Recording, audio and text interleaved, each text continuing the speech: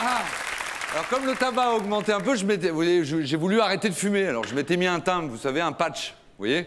Au bout de 2 jours, je l'ai roulé, je l'ai fumé. Bon.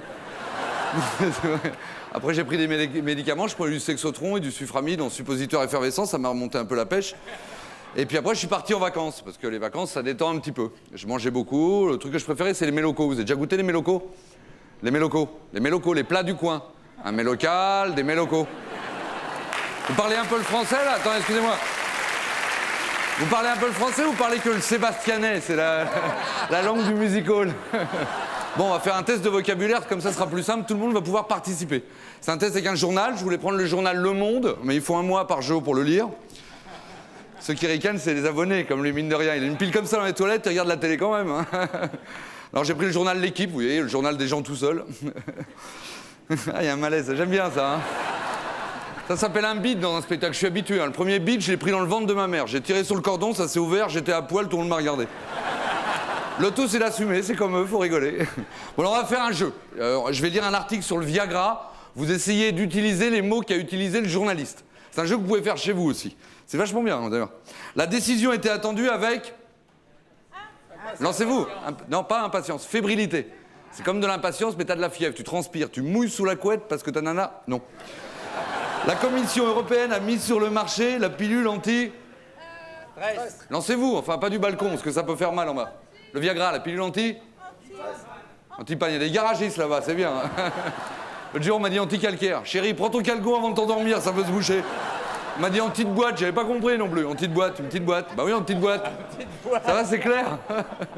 Le Viagra, la pilule anti... Allez-y, lancez-vous. En titane. Alors lui, oh, pense à Sébastien, il est content. Allez-y. Anti-mythe, l'autre là-bas, vraiment, ça fait plaisir pour ta famille, ça. J'aime bien ce jeu-là parce que vous faites rire entre vous par petits groupes. C'est un petit jeu que vous pouvez faire chez vous. C'est un espèce de spectacle en autogestion. La pilule anti-impuissance. Ah. Dans les 15 pays de l'Union européenne. Oui, vous y arrivez quand vous voulez. Ce qui constitue un formidable espoir pour environ 3 millions de... Chômeurs. Alors lui, vraiment... Chômeur. Le type, il arrive à la NPE. Bonjour, vous auriez du Viagra, s'il vous plaît? Parce que j'ai que ça à faire en ce moment. Je suis intermittent du spectacle. Je suis engagé, je suis dégagé. Ouais, c'est vrai, quoi. Chômeur. Chômeur. Pour environ 3 millions de...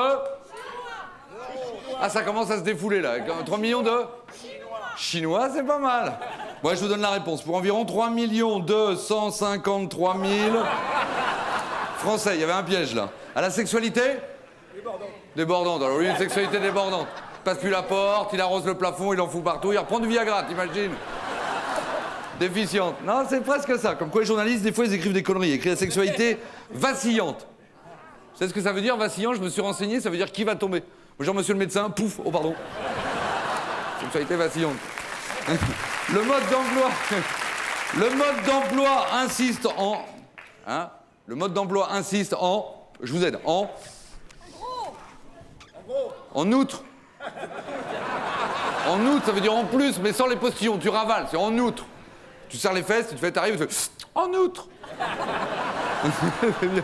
En outre, sur les dangers de tout surdosage volontaire. Bien, on dirait Christophe Colomb. Terre. Alors, je vais regarder les nouvelles, elles sont pas fraîches, hein, c'est un vieux journal. Les patrons ont changé de nom, vous le saviez, ça s'appelle le MEDEF, vous le saviez?